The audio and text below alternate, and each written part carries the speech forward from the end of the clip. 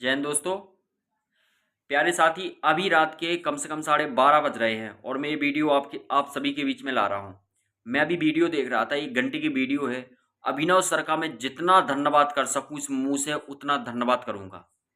अभिनव sir है जो CGL के बच्चों के लिए लड़ाई लड़ रहे हैं, उनकी कट ऑफ के लिए, उनके रिजल्ट को लेकर, उनकी गड़बड़ी को लेकर, एसएससी सीजीएल को लेकर अभिनव सर लड़ाई लड़ रहे हैं। गगन नहीं लग रहे हैं, गगन सर लड़ाई नहीं लड़ रहे हैं, आदित्य रंजन सर लड़ाई नहीं लड़ रहे हैं। अगर ये सभी टीचर लड़ाई लड़ेंगे, बच्चों के प्रति लड़ेंगे, तो हम सक्सेस होंगे, हम अपनी जीत हासिल करेंगे। लेकिन ये नहीं कर रहे हैं। अभिनव सर का मैं धन्यवाद करता हूं जिन्होंने ये लड़ाई को उठाया है और चेयरमैन से बात करने की कोशिश की है। वीडियो आ गए हैं, साहब का वीडियो देखिए और सर का वीडियो क्या कहता है। पूरा वीडियो ध्यान से देखिएगा और हमें क्या करना है वो भी हम बताएंगे। तो पहले तो सर का वीडियो देखो। वीडियो है ना? अब तक का सबसे बड़ा वीडियो है जहां आप इस सिस्टम की एक एक सच्चाई, एक एक बात को जान पाएंगे। ठीक है, तो शुरू करते हैं आज का वीडियो। मैं स्टार्टिंग में आपको बता देता हूं क्या क्या इस वीडियो के अंदर रहेगा। पहली सबसे इंपॉर्टेंट चीज कि क्या लगता है आपको कि हम जीत गए, इसका जवाब मिलेगा आपको आज के वीडियो में। सेलेक्टेड स्टूडेंट, इनफैक्ट सेलेक्टेड में 18,000 में 15,000 स्टूडेंट्स को कोई दिक्कत नहीं है। जो 3,000 स्टूडेंट मेहनत और लक दोनों के सहारे सेलेक्ट हुए, उनका दर्द और उनकी पीड़ा पे भी बात होगी। कल के एसएससी ऑफिस जाने की कहानी से चेयरमैन साहब तक मिलने तक की पूरी बात जो की जा सकती है, जो कॉन्फिडेंशियल नहीं है, आगे का प्लान क्या है, आपको क्या करना है, इन सब चीजों पे बात होगी। और लास्ट में मैं आपके कुछ सवाल लूंगा और 1 मिनट लूंगा इस चीज को समझाने में कि रियल वर्सेस रियल में आप बहुत फंस गए, आपको समझना पड़ेगा। एक एक चीज पे बात होगी। पहली बात तो जो लोग सेलेक्ट हुए हैं जिनके बहुत अच्छे मार्क्स हैं, मैं 2 बातें बताना चाहूंगा। जो 20 तारीख की शिफ्ट में 6,000 लोग सेलेक्ट हुए हैं, वो सब मेहनत वाले हैं, वो बहुत नंबर लाए थे तभी उनका सिलेक्शन हुआ है। वरना 20 तारीख की शिफ्ट में ही सबसे ज्यादा शिकायत है बच्चों को। यानी जो 20 तारीख की शिफ्ट में होने के बावजूद सेलेक्ट हुआ है, वो इतने नंबर लाया है कि उसकी नौकरी देश के राष्ट्रपति भी नहीं छीन सकते। इस बात को नोट कर लो।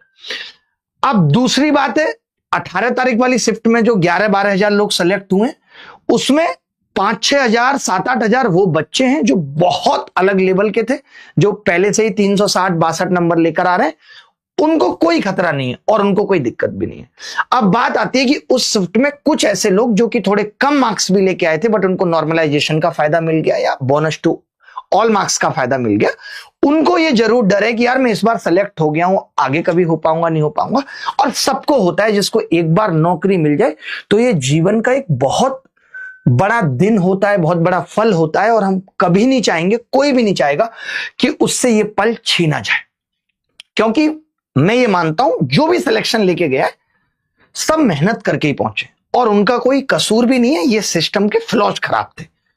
अब एक बात बताइए, आज हम लड़ाई लड़ रहे हैं उन बच्चों के लिए कि इसका आखिरी अटेम्प्ट है, तो आपको क्या लगता है कि मैं उस वक्त ये नहीं सोचता हूं कि जो बच्चे सेलेक्ट हो गए उनमें भी तो बहुत ऐसे हैं ना जिनका आखिरी अटेम्प्ट है और उनको ये डर लग रहा है जब हम आके ये लड़ाई लड़ते हैं, कल के एसएससी ऑफिस के बाहर बैठने की बात हो या कोर्ट जाने की बात हो, उन्हें यह लगता है कहीं मेरी नौकरी तो नहीं चली जाएगी। मैं उन सबको भरोसा दिलाना चाहता हूं। मैंने प्री एग्जाम से पहले यह दावे से कह दिया था कि मैं रिजल्ट रिवाइज करा दूंगा और मैंने करा दिया था। और उस वक्त भी बहुत सारे लोग ये कह रहे थे कि यार मेंस एग्जाम पे स्टे लग जाएगा, रोक हो जाएगी, हमारी तैयारी अधूरी रह जाएगी। उस टाइम भी ऐसे बहुत सारे लोग थे, बच्चे 2 पार्ट में बटे हुए थे। उसके बावजूद हमने ऐसा कुछ भी नहीं होने दिया था और सब कुछ बहुत सही तरीके से करा दिया था। और उनमें से 13-14 लोगों की नौकरी भी मिली। कमाल की बात देखिए, इतने लोग आने के बाद उतने लोगों की नौकरी मिलना भी बड़ी बात है।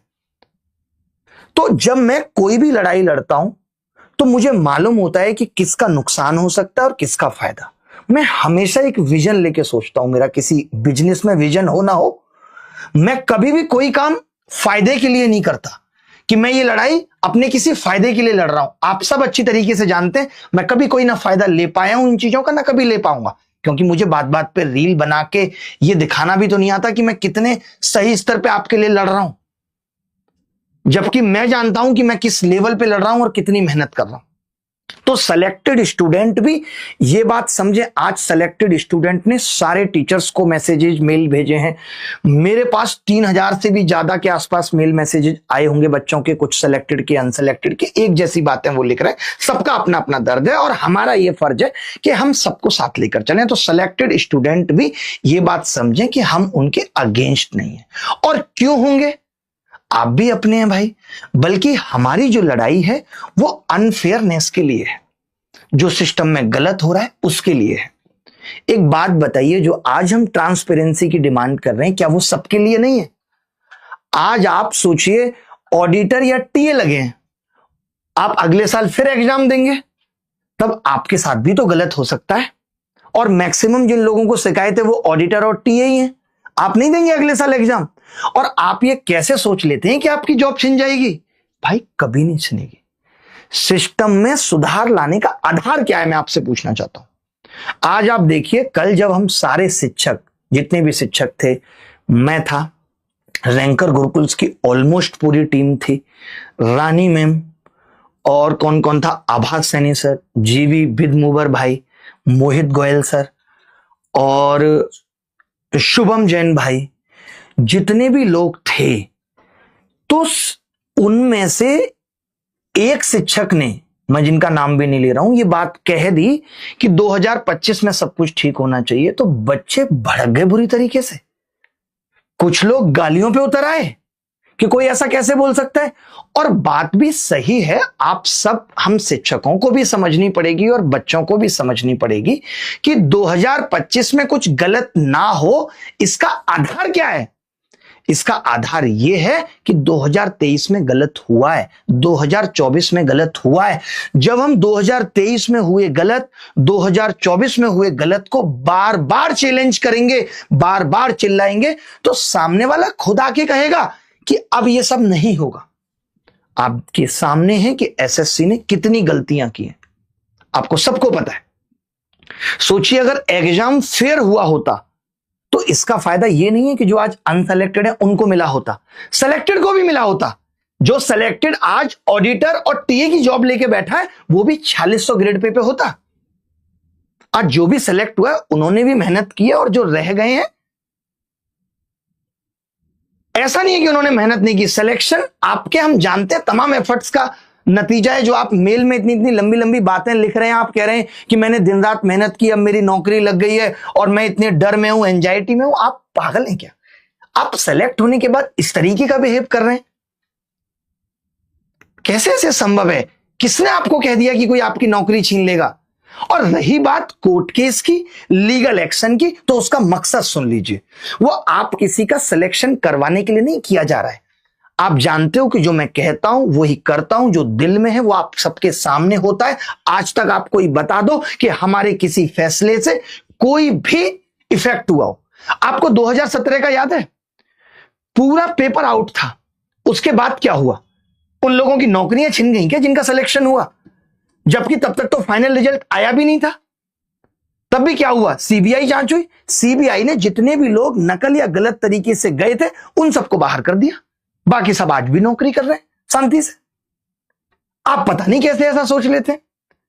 अगर हम रिवाइज रिजल्ट की भी बात कर रहे हैं तो वो बात इतनी सी है कि भाई चाहे 400-500 लोग ही इन हो, और ये आसान चीज भी है नहीं, मैं आपको बता दूं, बट कोशिश करना हमारा फर्ज है। आप प्री का रिजल्ट देख लीजिए ना, क्या बहुत अंतर आ गया था इतना पैसा और इतना एफर्ट लगाने के बाद भी? लेकिन हाँ, यह है कि कुछ लोगों को फायदा हुआ, हिम्मत मिली कि कोर्ट जाके गलत के खिलाफ लड़ा जा सकता है। तो दूसरा ये ना हो कि एटलीस्ट जो लास्ट, दूसरा हमारा ये है कि चलिए ठीक है, आप वेटिंग लिस्ट नहीं जारी कर सकते, तो आप 2400 ग्रेड पे वाली जो जॉब है, जो सबसे आखिरी है, जिसको कम लोग ज्वाइन करेंगे, बहुत सारी सीटें खाली रह जाएंगी, एटलीस्ट वो जॉब इन लोगों को दे दीजिए जो धक्के खा रहे हैं और जो सेलेक्ट नहीं हो पाए आपके सिस्टम खराब की वजह से, वही मिल जाए एक रिजर्व लिस्ट निकाल के। तो और लास्ट बात हमारी यह है कि हम चाहते हैं कि एक एक्स्ट्रा अटेम्प्ट इन सब आधारों पर दिया जाए कि आप 2024 के एग्जाम सिलेक्शन में बहुत सारी कमियां और अनफेयरनेस की वजह से तमाम लोगों के हक की हत्याएं हो गई, और इस गारंटी के साथ ये अटेम्प्ट दिया जाए कि आगे ऐसा कभी नहीं होगा। और मुझे लगता है कि अब आप समझ गए होंगे। और फिर भी अगर सिलेक्टेड लोग नहीं समझ पाए तो मेरा नंबर है 6395993599। इस पे मुझे मैसेज कॉल करके आपको जो कहना है आप कह सकते हैं। आप सेलेक्ट हो गए हो, आप सेफ साइड हो, सोचो तब आपके अंदर इतना डर और बेचैनी है। और जो लोग नहीं हो पाए आप समझ सकते हो उनकी पीड़ा, उनका दर्द आप समझ सकते हो कि वो घर बैठ जाएं सिर्फ। कैसे आप ये उम्मीद कर रहे हो कि लड़ाई नहीं लड़ी जाए? लास्ट ईयर आपके साथ गलत हुआ था तो आप कह रहे थे कि अन्याय के खिलाफ कोई आवाज नहीं उठा रहा।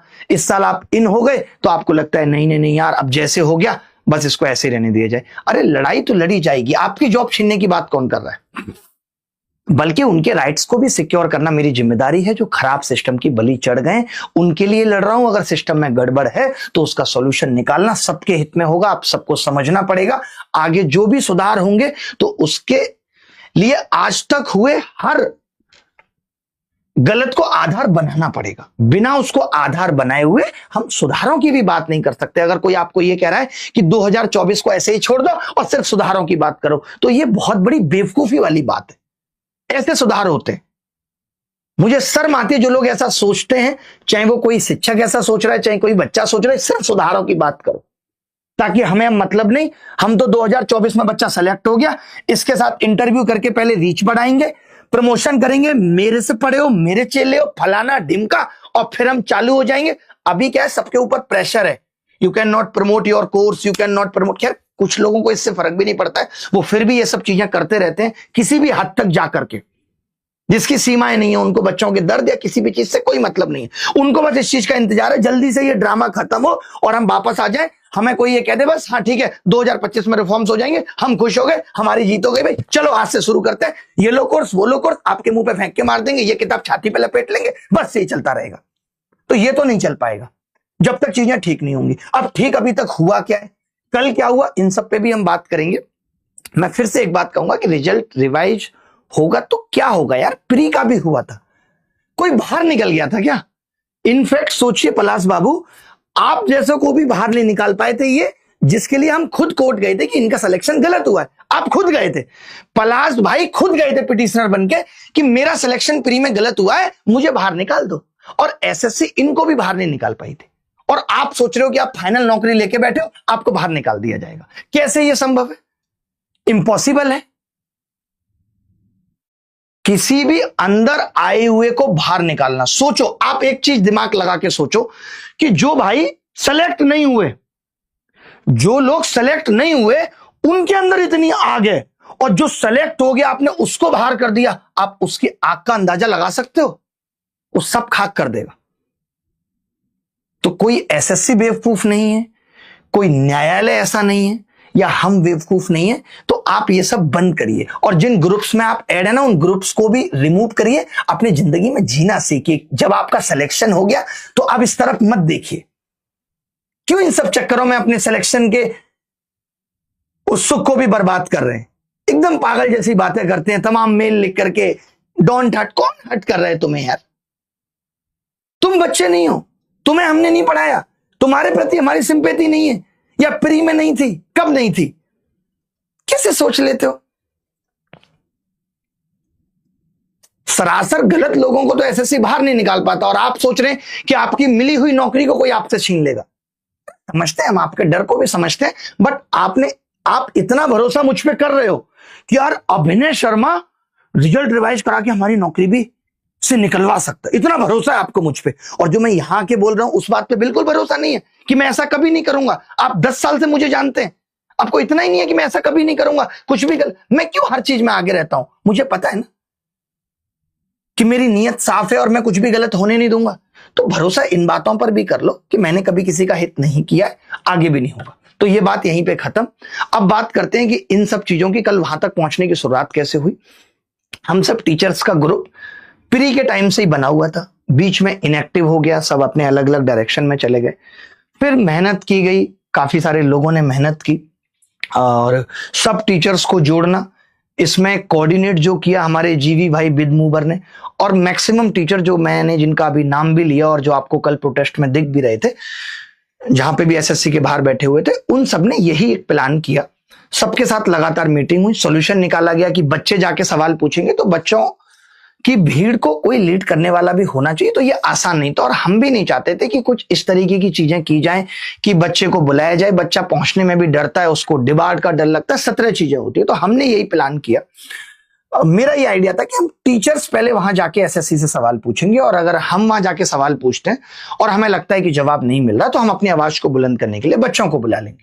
सेम हमने वही चीज की। कल हम पहुंचे वहां, 2 बजे अंदर गए एसएससी ऑफिस में। एसएससी ऑफिस में जाके बार बार नीचे से बात कराते रहे, उन लोगों ने भी सपोर्ट किया बात कराने में। तमाम लोगों से बात हुई, कभी अंडर सेक्रेटरी से बात हो रही है, चेयरमैन साहब से मिलने के लिए बोला, उन्होंने कहा चेयरमैन साहब नहीं है, चेयरमैन साहब पार्लियामेंट गए हुए हैं। और मैंने आपको कुछ दिन पहले आके एक बात भी बताई थी कि हमने उन लोगों को भी अपनी ग्रीवेंसेस लिख कर दी हैं जो एक एमपीज की कमेटी होती है। तो उसी के तहत कल चेयरमैन साहब को बुलाया भी गया था उन सब चीजों पर जवाब मांगने के लिए। तो कुल मिला के कल ये हो गया कि मिलना आज पॉसिबल तो नहीं लग रहा। पहले हमने सबने 3-4 घंटे वेट किया, वहीं बैठे रहे। उसके बाद सीआईएसएफ ने आके बोला कि आप यहाँ नहीं बैठ सकते, आप उठ के चले जाइए। हमने कहा कि नहीं, हमें तो आप मिलवा दीजिए, हम उठ के चले जाएंगे। हम लोग उसके बाद कि बता रहे करके शाम हो गई। 12 बजे से 6 बजे तक बैठे रहे, बाहर आके बैठ गए धूप में और बैठे रहे। सब लोग आपस में बात करते रहे क्या क्या हो सकता है, क्या नहीं हो सकता। बच्चों को बुलाने की बात कर ली कि भाई बच्चे आ जाते हैं तो और आवाज बुलंद होगी, आवाज उठाना जरूरी है। क्योंकि अगर आपको कोई शिकायत एसएससी से है तो आपको एसएससी से ही बात करनी पड़ेगी और वहीं बैठना पड़ेगा। वहां कहीं आके ये भी बोलने लगे लोग कि आप ये एनआईए का बिल्डिंग है, इसके सामने नहीं बैठ सकते। बट हम लोगों का ये था कि हम तो पीसफुली बैठे हैं, आपस में बात कर रहे हैं, इसमें गलत कुछ भी नहीं है। उन्होंने जैसा वादा किया था वहां पे हुआ क्या, एक चीज ये फायदे की निकल गई कि जो पुलिस विभाग था वहां के जो लोग थे तो वो जानने वाले थे, स्टूडेंट्स थे या सीआईएसएफ में लोग थे कुछ। हमने और उनको बोला कि इस तरीके से अपना बता के कि भाई हमें चेयरमैन साहब से मिलवा दीजिए, गुजारिश की। तो शाम को मौका मिला, वो आए बुलाने की भाई चलो चेयरमैन साहब से आपको मिलवा देते हैं। तो मैं चेयरमैन साहब से मिलने गया और सब लोगों की सहमति पे दो स्टूडेंट्स और साथ गए। अब जैसे 2 स्टूडेंट कौन साथ गए, जो 2024 में पीड़ित थे, 2023 में पीड़ित थे। अब कोई आके ये कहे कि 2025 वाला बच्चा नहीं गया। इतनी बेवकूफी वाली बातें भी निकल के आई, शायद वीडियो में भी ना आए, इसीलिए मैं क्लियर कर रहा हूं। कोई मुझे बता सकता है कि 2025 वाला बच्चा कौन हो सकता है? मैं आज ये कहूं कि 2020 में पैदा हुआ बच्चा ये रहा, 2021 में पैदा हुआ बच्चा ये रहा, और मैं कहूं 2025 दिसंबर में पैदा हुआ बच्चा बताओ। तो ये इतनी बेवकूफी वाली बातें निकल के आती हैं कि 2025 का बच्चा होगा कौन यही नहीं पता, वो किस आधार पे मिलेगा और वो क्या डिमांड रखेगा। अगर आप भी ऐसी बातें सोच रहे हैं तो आप भी बहुत बड़े बेवकूफ हैं।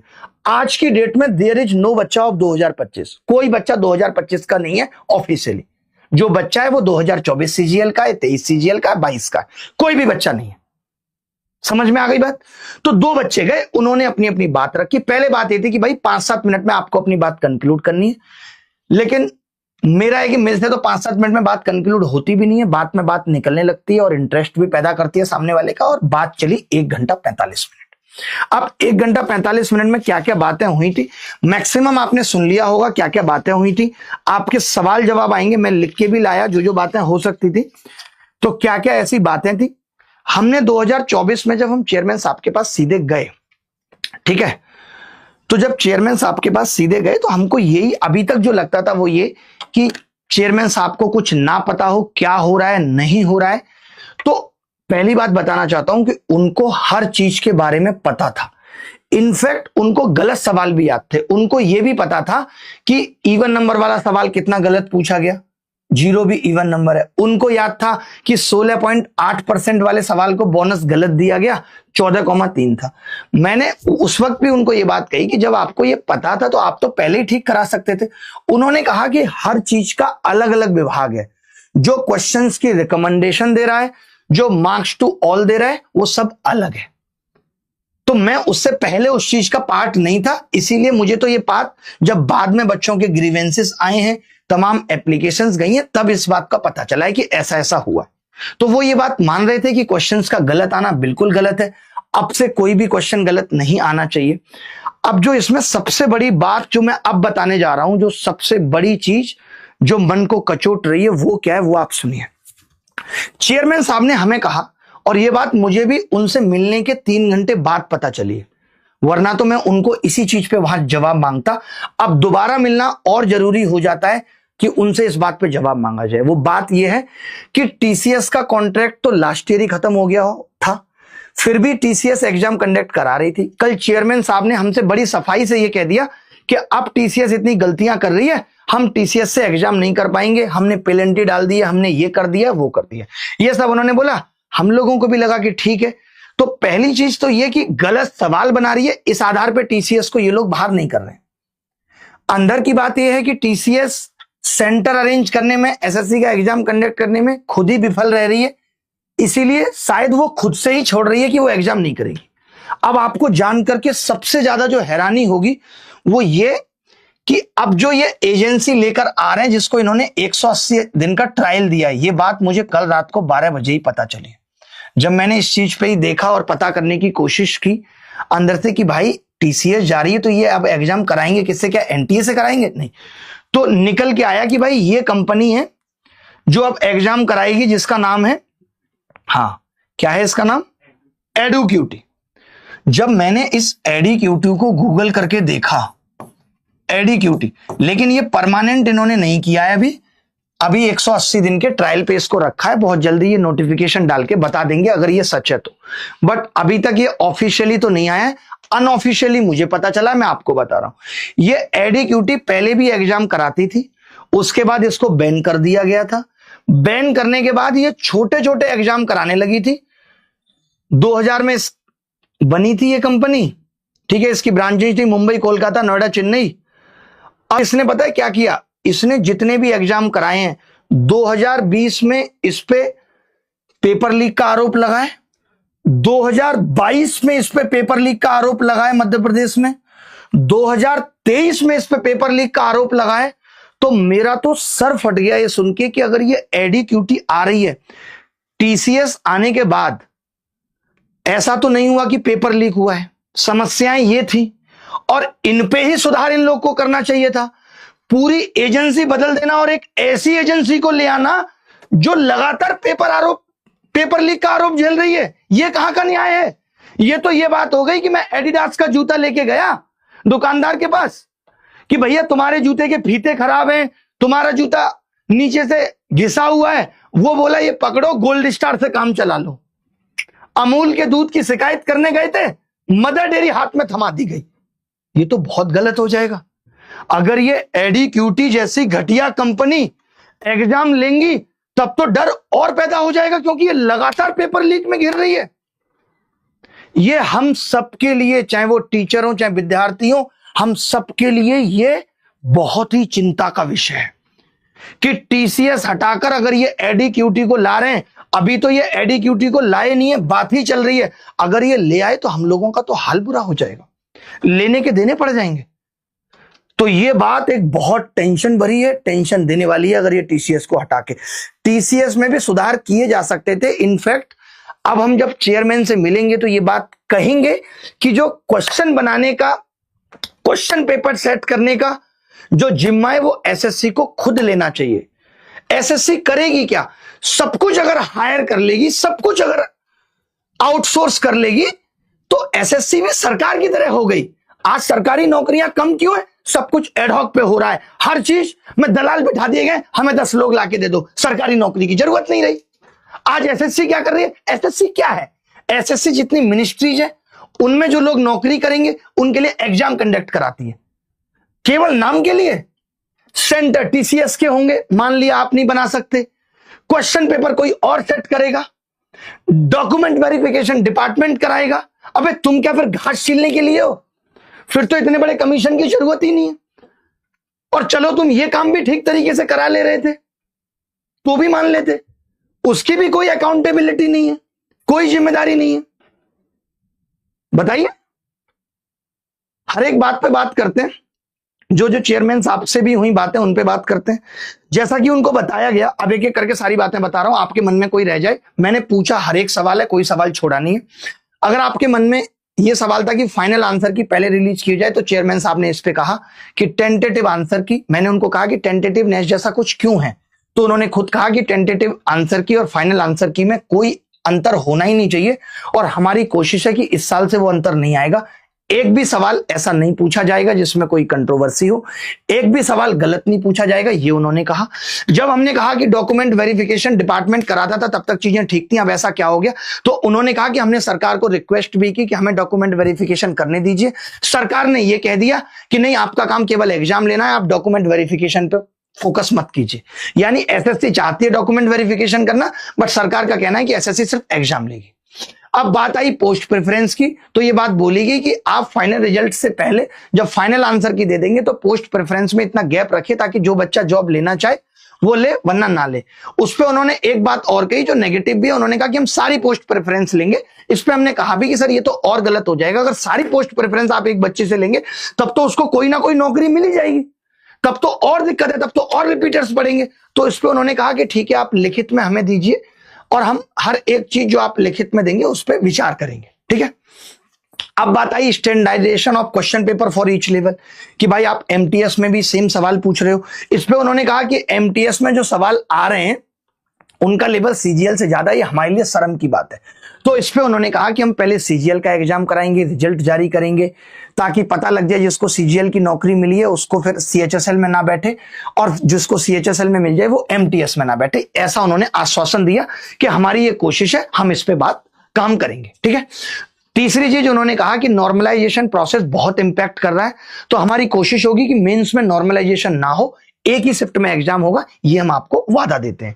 और प्री के अंदर भी नॉर्मलाइजेशन बहुत ज्यादा इफेक्ट ना डाले, उसके लिए हम नॉर्मलाइजेशन फॉर्मूले को भी रिवाइज करने की कोशिश कर रहे हैं। हमने एक कमेटी बनाई है जो इसका कुछ अच्छा सब्स्टिट्यूट निकाल के आएगी, क्योंकि नॉर्मलाइजेशन देखिए हर जगह होता है, यूपीएससी में भी नॉर्मलाइजेशन होता है। अगर यूपीएससी में नॉर्मलाइजेशन ना हो तो जो आदमी फिजिक्स और मैथ्स ऑप्शनल लेके बैठा है वो सब आईएएस बन जाएंगे, हिस्ट्री वाले को तो मौका ही नहीं मिलेगा। तो वहां भी नॉर्मलाइजेशन होता है, ऐसा नहीं कि वहां नॉर्मलाइजेशन होता है, हर जगह होता है, लेकिन इनका नॉर्मलाइजेशन इतना ज्यादा इंपैक्ट डाल रहा है, इसके लिए कह रहे हैं कि मेंस में नहीं करेंगे और प्री के अंदर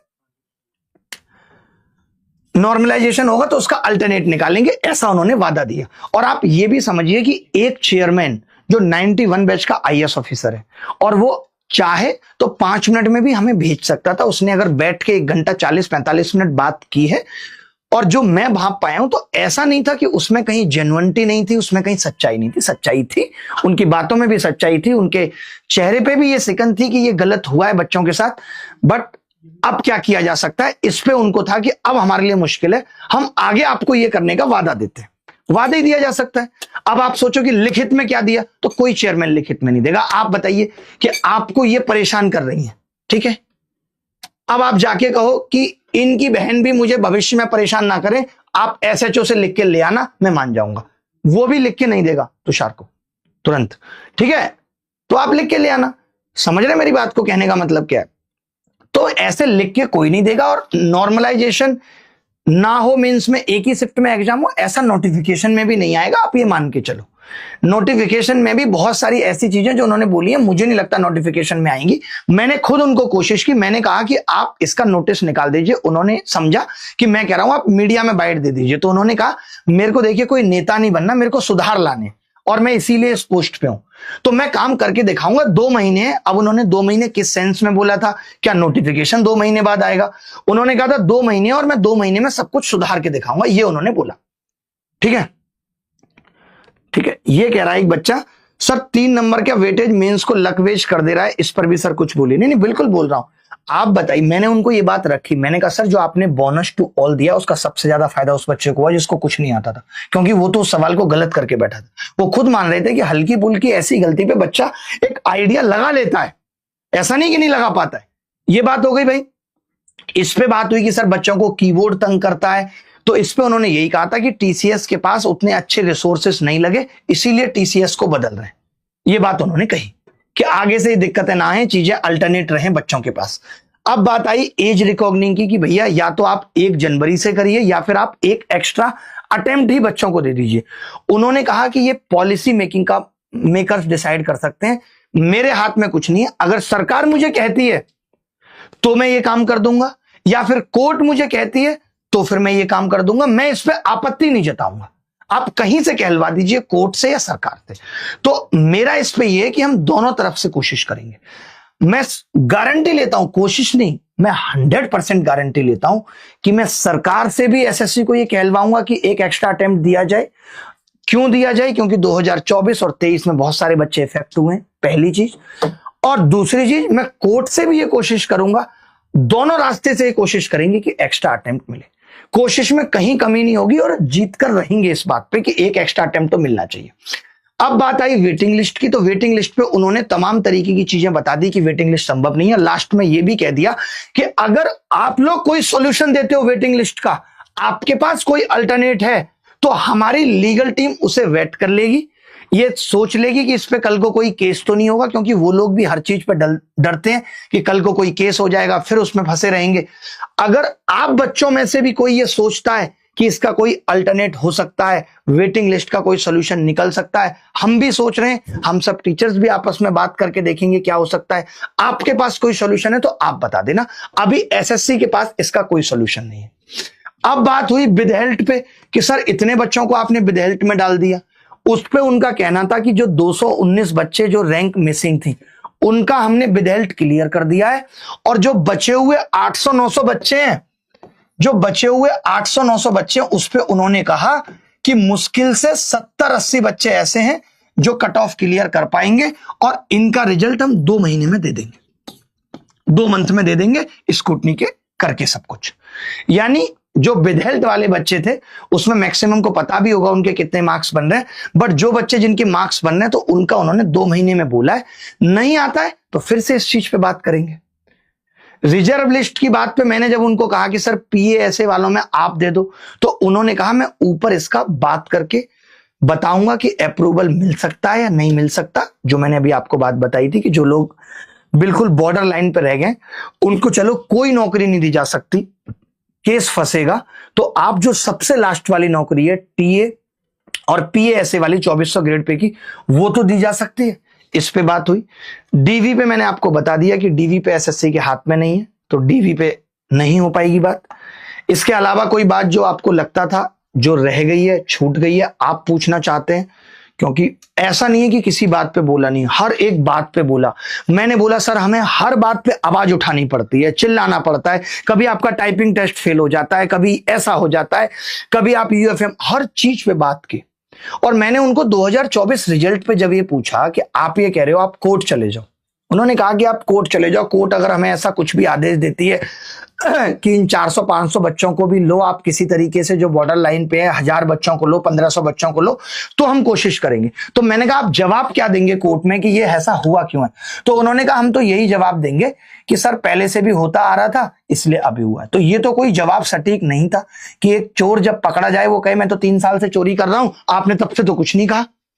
तो ये इसका जवाब उनके पास भी नहीं है कि क्यों तो उन्होंने ओवरेज बच्चों को लिया, क्यों उन्होंने ऐसा किया कि उनको नॉर्मलाइजेशन के प्रोसेस में शामिल कर लिया, इसका जवाब उनके पास भी नहीं है। यहां पे वो गलत है। और यहीं पे नहीं, मैंने बोला सर ये ओवरेज तो एक फिल्टर है, आपने अंडर एज भी नहीं लगाया, आपने क्वालिफिकेशन का भी नहीं लगाया, बहुत जगह फॉल्ट है। तो इस पे हमने उनको यूपीएससी का एग्जाम्पल भी दिया कि सर एक बात बताइए, ये जो यूपीएससी में अब फॉर्म में इतनी सारी चीजें मांगी जा रही हैं, आपको भी कुछ करना चाहिए। तो उन्होंने कहा कि हम कई चीजों पे सोच रहे हैं, फॉर्म फीस 500 रुपए करने का सोच रहे हैं, क्योंकि 36 लाख लोग फॉर्म भर देते हैं, 100 रुपए फीस है, कुछ की फ्री है, और 18 लाख लोग देने जाते हैं, हम इंतजाम इतना बड़ा कर लेते हैं, ये दिक्कत है। तो इस पे उन्होंने कहा, एक सवाल ये उठा कि आप बॉन्ड भरवा लीजिए, कोई बच्चा नौकरी छोड़ता है, साफ ना कह दिया बड़ा बड़ा कि नहीं हो सकता। विड्रॉल पे कहा कि सोचते हैं, इसमें लीगल टीम से बात करके बताएंगे। हमने जब उनको कहा कि आप विड्रॉल का ऑप्शन लगा लीजिए कि कोई बच्चा अगर अपनी नौकरी विड्रॉ करना चाहता है, तो उन्होंने कहा इसमें ये इशू आ जाएगा कि वो विड्रॉ कर गया, वो बाद में आता है। तो मैंने कहा 2-3 बार करा लीजिए विड्रॉ, क्लियर पूछ लीजिए, रिकॉर्डिंग ले लीजिए। तो इस पे उन्होंने कहा कि हम अपनी लीगल टीम से बात करके बताएंगे। तो देखिए एसएससी में सुधार के लिए ऐसा होगा नहीं कि आज आप चेयरमैन से मिलाए, इसमें यही करना पड़ेगा कि अब फिर से जाकर के 4 टीचर जाके मिले। मैं तो खुद चाहूंगा कि अब मेरे अलावा और भी 4 टीचर जाके मिले और पता करें, एफर्ट मारें कि क्या चीजें हैं उनको भी, क्योंकि सबका देखने का अपना अपना नजरिया है, तो वो भी देखें, जाकर के बात करें, क्योंकि लगातार फॉलोअप लेने के बाद भी ऐसा होगा कि चीजें ठीक होंगी। हम 100% ये मान के नहीं चल सकते कि सब कुछ हमारे हितों को ध्यान में रख के किया जा रहा है। अगर ऐसा है तब ये तो बहुत ही गंभीर और सोचने वाली बात है कि एसएससी टीसीएस को हटा के एडीक्यूटी को एग्जाम कराने के लिए दे रही है, जो महाभ्रष्ट है, जो तमाम लीक के आरोप झेल रही है। ये बहुत चिंता का विषय है। अगली मीटिंग में सबसे पहला सवाल चेयरमैन साहब से ये होना चाहिए कि आप एडीक्यूटी को, वो ये भी कह सकते हैं कि हम तो 180 दिन का ट्रायल दे रहे हैं। अरे ट्रायल में बच्चे का तो एक अटेम्प्ट बर्बाद हो जाएगा, आपके ट्रायल में लोगों की जिंदगियों से ट्रायल थोड़ी किया जा सकता है। कैसी बातें कर रहे हो भाई आप।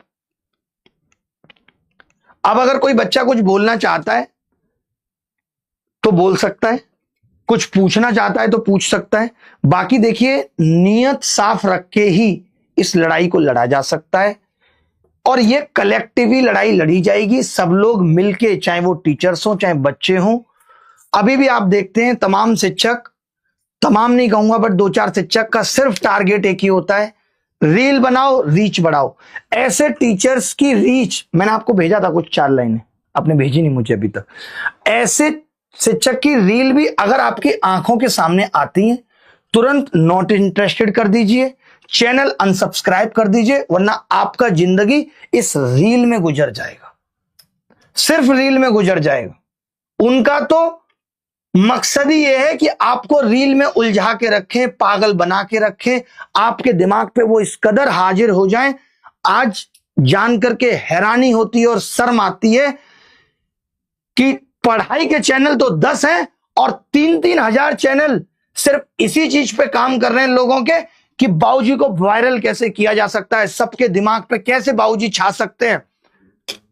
आज अगर किसी को बड़ा अटैक बनाना है तो कुछ मत करिए, 2 पढ़ाई के चैनल बनाइए और 5000 चैनल फैन क्लब के बना दीजिए।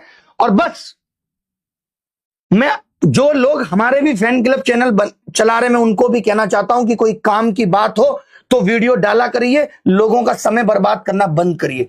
पता चल रहा है कि हम ही को स्ट्राइक भेज के आपका चैनल डिलीट करना पड़ रहा है, ये ना हो। तो ये मैं सब लोगों से कहना चाहता हूं, क्योंकि शिक्षा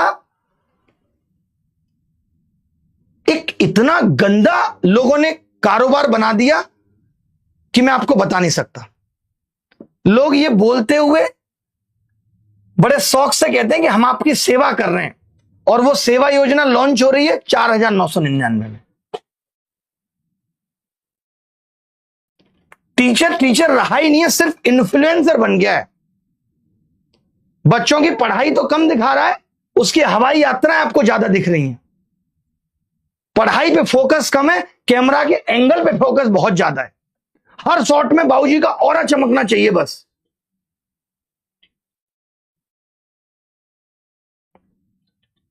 गरीबी बेच के अमीर बना जा रहा है।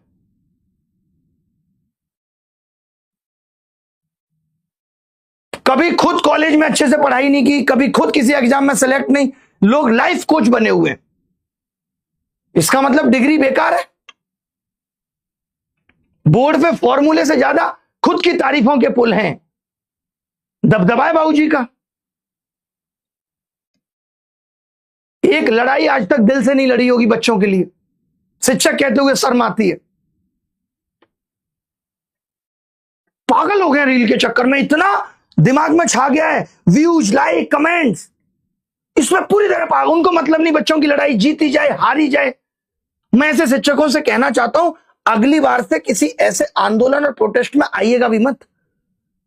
कल बच्चे आपकी मारने की प्लानिंग कर रहे थे, इतनी मुश्किल से रोका है कि शिक्षक समाज में धब्बा लग जाएगा।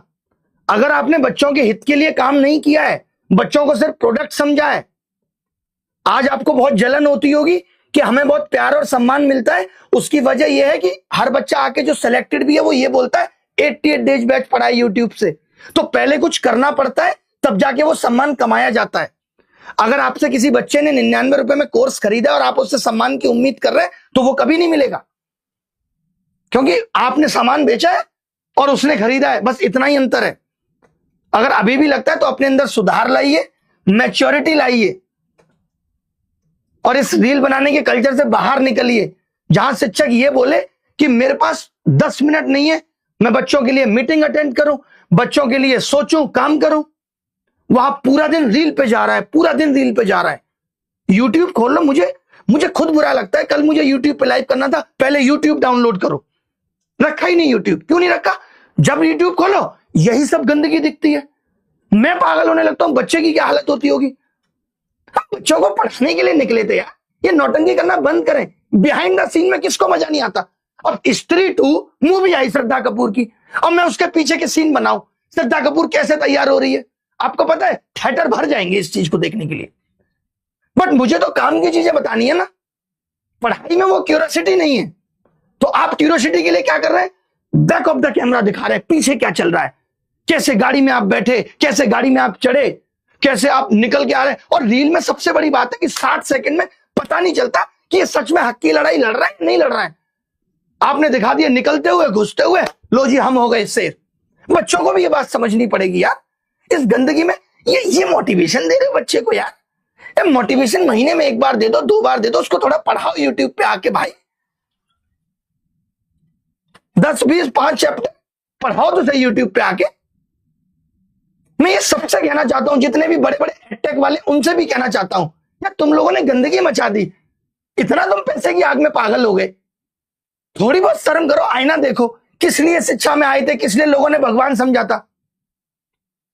हम भी ये कोशिश करते हैं एक ऐसा शिक्षक समाज हो जो देश के युवाओं को, देश के बच्चों को एक सही दिशा में लेके जा रहा है।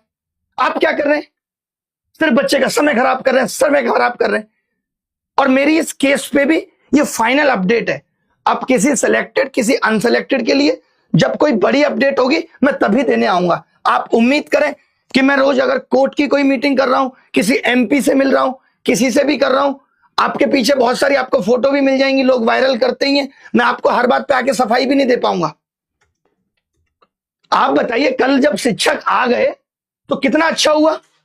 जो काम अकेले नहीं हो पा रहा था चेयरमैन साहब से मिलने का, और जब शिक्षक आके बैठ गए तो संभव हुआ ना। और जब शिक्षक बच्चों की लड़ाई में आके सपोर्ट करते हैं और दिल से सपोर्ट करते हैं, तभी सब में सही में सच में कुछ अच्छा हो भी पाता है। वरना हम लोग लड़ते रहेंगे। हमारा फर्ज आपको पढ़ाने के अलावा ये भी है, कोर्स बेचने के अलावा ये भी है, किताब बेचने के अलावा ये भी है कि हम आपकी लड़ाई में भी आपका साथ दें। आपके साथ गलत हुआ है, अन्याय हुआ है, आपके कंधे पे हाथ रख के कहें कि मैं तुझे न्याय दिला के रहूंगा। ये भी हमारे फर्ज है। अच्छा लगता है। अब सोचो, वहां आके पुलिस वाले बोल रहे हैं, अरे सर आप तो मेरे गुरु हैं, वो भी सम्मान की नजर से देख रहे हैं, सपोर्ट कर रहे हैं। तो ये चीज अच्छी लगती है। ये बहुत जीवन की कमाई होती है। आप भी कमाएंगे, अच्छा लगेगा आपको।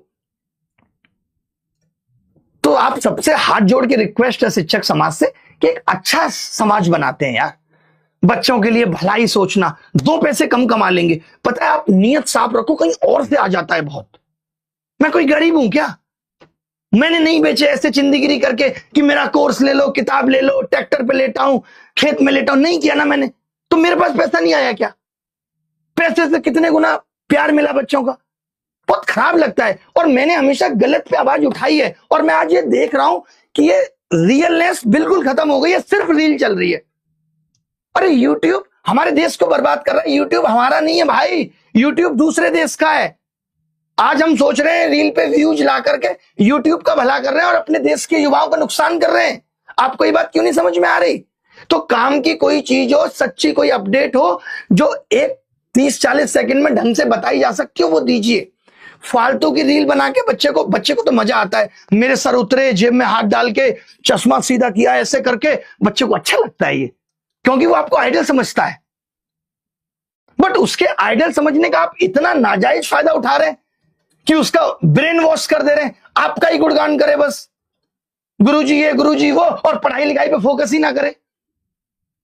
अगर किसी को मेरी बातों से बुरा लग रहा है तो मैं माफी चाहता हूं, बट ये जो मैंने कहा ये सब सच था, और मेरे अंदर का दर्द नहीं है, ये तमाम बच्चों का भी दर्द है। मैं बच्चों से भी कहना चाहता हूं कि शुरुआत आपको करनी पड़ेगी इनके रील्स बायकॉट करने की।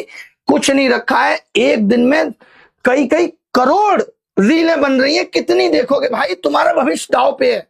मत देखिए। क्यों किसी की भलाई के लिए काम कर रहे हैं? मत आने दीजिए व्यू। आपको क्यों चिंता है? और अब आज पता है क्या हो गया है? हर कोई यही कर रहा है। एक बच्चा जीएसटी में सेलेक्ट होता है, उससे पहले उसका यूट्यूब चैनल बन जाता है। उसको लगता है मेरे गुरुजी कर रहे हैं, मैं भी यही करूंगा। पढ़ाई का कंटेंट खत्म, ओनली रील, नो रियल, बचा ही नहीं है कुछ। और रील में दिखता कुछ नहीं है। रील में जो दिखता है उसके पीछे का सच्चाई कुछ और है। आप 30 सेकंड, 50 सेकंड, 60 सेकंड में क्या दिखा लोगे, क्या सच्चाई बता लोगे अपनी? तो सबसे गुजारिश है, ये सब गंदगी मत फैलाइए। जिस चीज का टीचर है हम लोग पढ़ाते हैं उसी चीज पे फोकस करें। सबसे बहुत आसान है अपने इधर उधर के वीडियो डाल के इंगेजमेंट बढ़ा लेना। हर तरफ गुरुजी दिख रहे हैं, जो दिख रहे थे वो भी नहीं दिख रहे हैं, वो कहीं और बिक लिए और उसके बाद दिख भी नहीं रहे। आपको बता दूं, उनका तो भला हो गया, वो तो ले गए 2500 करोड़, यही बोल बोल के कि खर्चा होता है फीस कम नहीं हो सकती, खर्चा होता है फीस कम नहीं हो सकती। 2500 करोड़ में बिक लिए। तुम अपना देखो भाई, कोई नेता बन गए, कोई बिक गए। सिर्फ कैसे बिक गए? आपकी अपनी रील और आपके दिमाग पे कब्जा करके सोचो। उन्होंने 2500 करोड़ बना लिए, तो आप भी ध्यान दो, आप अपने कैरियर पे फोकस करो। अगर यूपीएससी की तैयारी कर रहे हो तो उस तैयारी में लगन लगाओ। यूट्यूब पे गंदगी मिलेगी, मैं भी हाथ जोड़ रहा हूं, मैं भी रोज रोज आके कोई वीडियो नहीं बनाऊंगा, अब से सिर्फ पढ़ाई चलेगी। और जो ये लड़ाई है उसको सही दिशा में, मैं सिर्फ इस लड़ाई में भी इसीलिए इन हूं ताकि किसी का अहित ना हो जाए, जो भी निकल के आए वो फायदा निकल के आए सबका। और बहुत तमाम ऐसे टीचर हैं, आप जाके यूट्यूब पे देखेंगे, जो सिर्फ शिद्दत से पढ़ा रहे हैं, इनको कोई मतलब नहीं है, सिर्फ पढ़ा रहे हैं और बड़ा अच्छा पढ़ा रहे हैं, कंसिस्टेंटली पढ़ा रहे हैं। एक नहीं, ऐसे 100 नाम होंगे, मैं आपको गिना दूं। देख लो आप, कई सारे ऐसे टीचर हैं। मैं ये कौन किसका दिखा रहे हैं आप, ये देखो आप, ये एक टीचर है इंग्लिश बाय जयदीप सिंह, ये लगातार पढ़ा रहे हैं और पढ़ाने की वीडियो पे क्या है 20,000, 22,000, 15,000, 18,000 व्यू आ रहे हैं। इनकी भी पर्सनालिटी बहुत बढ़िया, ये भी बनाए, पूरे पूरे दिन रात रील बनाए हर एक चीज पे, और आप लोग पागल हो जाते हैं। घिबली आया 2 मिनट में जुबली हो गया आपका। अंकुल सर को देख लीजिए, इंग्लिश के इतने बड़े बेताज बादशाह हैं, कभी आप एक रील दिखा दीजिए उनका बना हुआ हो। हम बनाते हैं तो नहीं बनाएंगे, उनको भी बोल देते हैं नहीं बनाएंगे। जो भी अगर ऐसे रील बना रहे, इन्होंने मुझे बताया, मुझे सबका नहीं पता है, मैं कोई यूट्यूब नहीं देखता हूं भाई, इन्होंने जो मुझे बोला मैंने बताया, हो सकता है मैं गलत भी हूं। बहुत सारे ऐसे टीचर हैं और मैं नाम बता देता हूं। परमार साहब को देख लीजिए, एसएससी के टीचर है वो, लेकिन कई बार पढ़ाने पे इतना ज्यादा फोकस कर लेते हैं कि बच्चों की भलाई का ही भूल जाते हैं। कल भी ट्विटर कैंपेन चल रहा था, उन्होंने क्लास ले ली। हाँ, बट ये है कि वो पढ़ाते, उनके रील आपको नहीं दिखेंगे। और देखो क्या उनका नाम नहीं है, एसएससी तैयारी करने वाला हर बच्चा जानता है कि वो जीएस पढ़ाते हैं और अच्छी पढ़ाते हैं, चेहरा तक नहीं दिखाया, इतना हाईली कंसंट्रेटेड है। तो ऐसे बहुत सारे लोग हैं जो अच्छा कर रहे हैं। तो आप सबसे ये लास्ट गुजारिश है कि आप भी ऐसे लोगों को देखना बंद करिए, और ऐसे लोगों से भी गुजारिश है कि बच्चों को मत भटकाइए। आज से आप भी पढ़ाई स्टार्ट कर दीजिए। हाँ, मैथ्स पढ़ाते हैं, एक आमिया सर है मैथ्स पढ़ाते हैं, रेमो सर है मैथ्स पढ़ाते हैं, ये लोग कभी आप नहीं देखेंगे कि इनके रील और ये सब चीजें, और जबकि ये भी बड़े इंटेलिजेंट टीचर है। भूतेश सर है, कभी रील नहीं बनाते हैं ये लोग अच्छे टीचर नहीं है, बहुत अच्छे टीचर है, बहुत इंटेलिजेंट टीचर है। और भी किसी में होंगे जिनको मैं जानता हूं, आईआईटी में भी कई सारे ऐसे टीचर हैं जो रील वील नहीं बनाते हैं और अच्छा पढ़ा रहे हैं बहुत। तो आप सबसे गुजारिश, लेकिन ये लोग भी कब तक अच्छा कर पाएंगे? एक दिन इनको भी लगने लगा है, बहुत सारे ऐसे थे जो एक टाइम पे अच्छे थे, फिर इनको भी लगने लगा कि यार वो फैन क्लब बना के इतना आगे निकल गया, अपनी यही सब वीडियो डाल के मैं पीछे रह गया, चलो मैं भी अब यही करता हूं। तो सिर्फ बच्चे ही नहीं, टीचर भी प्रेरित हो रहे हैं गलत करने के लिए। जिस चीज से हम में और मीडिया चैनल में क्या अंतर रह गया? मीडिया वाले भी यही कर रहे हैं कि टीआरपी का गेम बजाओ, बस जहां व्यू जा रहा है वही काम करो। एससी वर्मा साहब को देख लीजिए, उनसे ऊपर तो फिजिक्स का कोई टीचर नहीं है देश, उनके तो कभी रील नहीं आए, वो अच्छे टीचर नहीं है। अच्छा पनाह मांग ले फिजिक्स उनके सामने। गुजारिश है आप सबसे, हम भी पढ़ाते हैं, आप भी पढ़ाई पे फोकस करिए। मंडे से इस चैनल पे क्लासेस सिर्फ पढ़ाई की चलेंगी, बीच में जहां जरूरत लगेगी वहां आके आपको अपडेट दे देंगे। और जैसा आपको वादा किया था कि कैलकुलेशन से इस बार स्टार्ट करेंगे, 10 से 12 क्लासेस में एक कैलकुलेशन का कोर्स खत्म करेंगे, उस सब पे बात होगी। और मैं लास्ट में थोड़ा सा इमोशनल हो गया, फ्रस्ट्रेट हो गया इन सब चीजों से। कल यूट्यूब डाउनलोड किया, तब से ही देख रहा हूं रील, सिर्फ रील। मैं तो हमारे तो जो भी अब डाले ना, उन सबको स्ट्राइक भेजो, जो भी लगता है कि बच्चों का समय खराब कर रहा है ये। क्योंकि सिर्फ एसएससी में ही रिफॉर्म्स की जरूरत नहीं है ना, हम टीचिंग कम्युनिटी, हम टीचर्स में भी रिफॉर्म की जरूरत है भाई। वो भी रिफॉर्म्स करें, क्योंकि कई ऐसे टीचर्स को जानता हूं जो कभी ये सब नहीं करते थे, बट अब वो भी मजबूर हो गए, उनको लगता है कि अब ये करना ही पड़ेगा, और हर कोई ये काम कर भी नहीं पाता है। चलिए, थैंक यू, धन्यवाद, बाय। एक एक चीज पे बात हो गई है, कुछ बचाओ तो आप पूछ लेना एक बार कमेंट में, और मैंने नंबर भी दे दिया था, आप उस नंबर पे भी मैसेज करके पूछ सकते हैं। क्या था नंबर? 6395। किसी को भी डाउट है तो 6395, हाँ, 993595, 993599।